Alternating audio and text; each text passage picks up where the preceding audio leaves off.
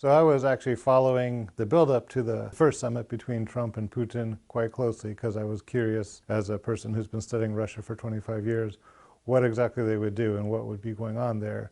And it was particularly interesting because this is a very unusual presidency, and they hadn't really announced what the agenda was. It's sort of a list of all the typical issues, but it wasn't clear what they were going to focus on. So I was quite surprised that Trump was totally unprepared for the summit, and he had nothing really.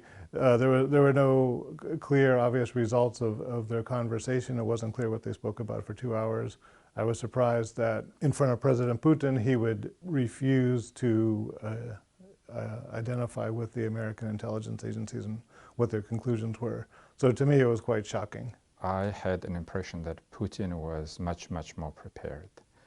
He had a long list of issues that he said they discussed during the one-on-one meeting. I even felt that Putin kind of overwhelmed Trump with his preparedness, and Putin listed only the problems. What was striking to me is he didn't say a single positive thing about the US-Russia relations. And another issue he talked about was more rhetorical. I thought he asked Trump to talk more about terrorism and less about Russia.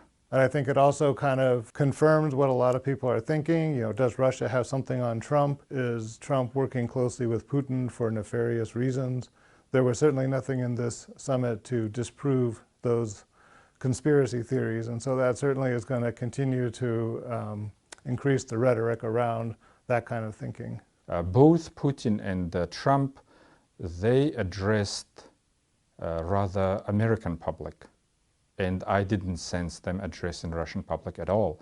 Especially during Putin's interview with Fox News, he directly addressed Americans, arguing that Americans should point more attention on the content of Hillary's emails rather than on the fact that those emails were released by Russians. One strange thing about Trump and his administration is that they seem to be pursuing two very different Russia policies. So, you know, most people think that they would prefer to have the Secretary of Defense's policies to the current president's policies, but that's not the way our system works.